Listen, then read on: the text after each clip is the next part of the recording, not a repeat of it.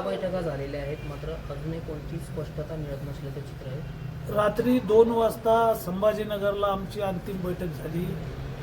शिवसेनेचे ज्येष्ठ नेते माननीय अर्जुनराव खोतकर, माननीय रावसाहेबजी दानवे आणि मी आम्ही बसलो आणि रात्री 2 वाजता आमचा जो फॉर्म्युला आहे, भारतीय जनता पक्षाचा फॉर्म्युला आम्ही तयार केला.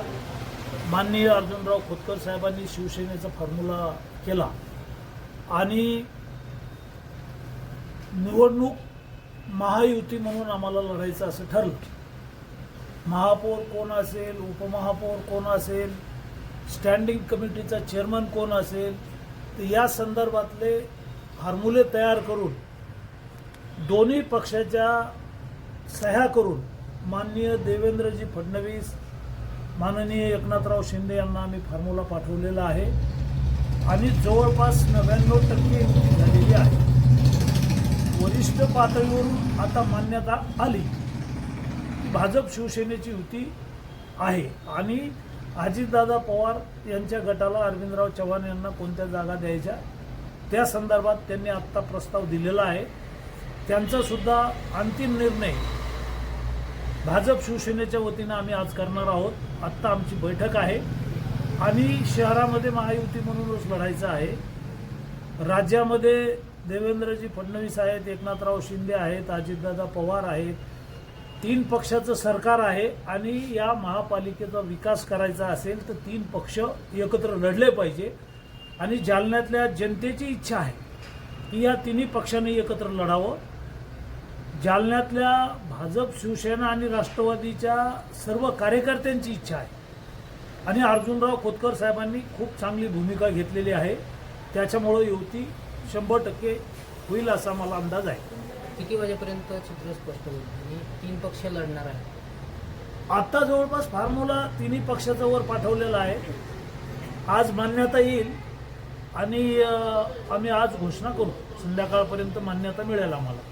पण काल दोन्ही राष्ट्रवादींच्या बैठका शहरात सुरू होत्या आणि आज अशी चर्चा आहे की अजित पवारांची राष्ट्रवादी बाहेर पडल्याची माहिती. अजितदादा पवारांच्या वतीनं, राष्ट्रवादीच्या वतीनं अरविंदराव चव्हाण जिल्हाध्यक्ष आणि त्यांचे पदाधिकारी आत्ता खोतकर साहेबासोबत माझ्यासोबत बसलेले आहेत. तत्वतः शिवसेनेनं त्यांना कोणत्या जागा द्यायच्या आणि किती द्यायच्या त्यांचं ठरलं आहे. आत्ता आज रावसाहेब दानवे साहेब आणि मी आम्ही बसू आणि आमच्या कोट्यातल्या त्या जागा द्यायच्यात त्याच ठरेल. त्याच्यामुळं अजितदादा पवारांची राष्ट्रवादी 1000% आमच्यासोबत आहे.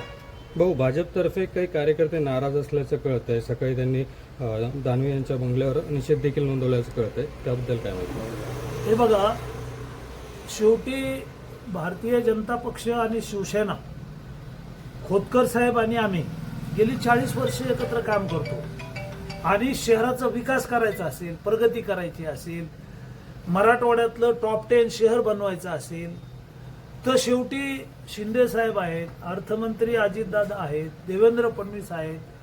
3 पक्ष राज्यात एकत्र, तसं आम्ही आता महापालिकेत एकत्र लढायचं ठरलेलं आहे आणि हे करत असताना भाजपच्या काही पदाधिकाऱ्यांना लढायला मिळणार नाही असं त्यांना साहजिक वाटतं. त्याची नाराजी असू शकते. असंच शिवसेनेच्याही काही कार्यकर्त्यांना वाटू शकतं. मग अजितदादाच्या पक्षाच्या पदाधिकाऱ्यांना वाटू शकतं. पण सगळ्या जागा लढून सगळ्या पडण्यापेक्षा महायुतीचा महापौर, उपमहापौर आणि स्टँडिंग कमिटीचा चेअरमन, शेवटी ह्या तडजोडी करावंच लागतात राजकारणात. 3 पक्षातली काही छोटी मोठी नाराजी असेल तर आम्ही सगळे मिळून ती नाराजी दूर करू. सांगाल 6 बैठका झाल्या, चर्चेचं गुराळ सुरू आहे, कोणतीही अधिकृत स्पष्टता दिसत नाही. चर्चेशिवाय प्रश्न मिटत नसतात हे सत्यच आहे.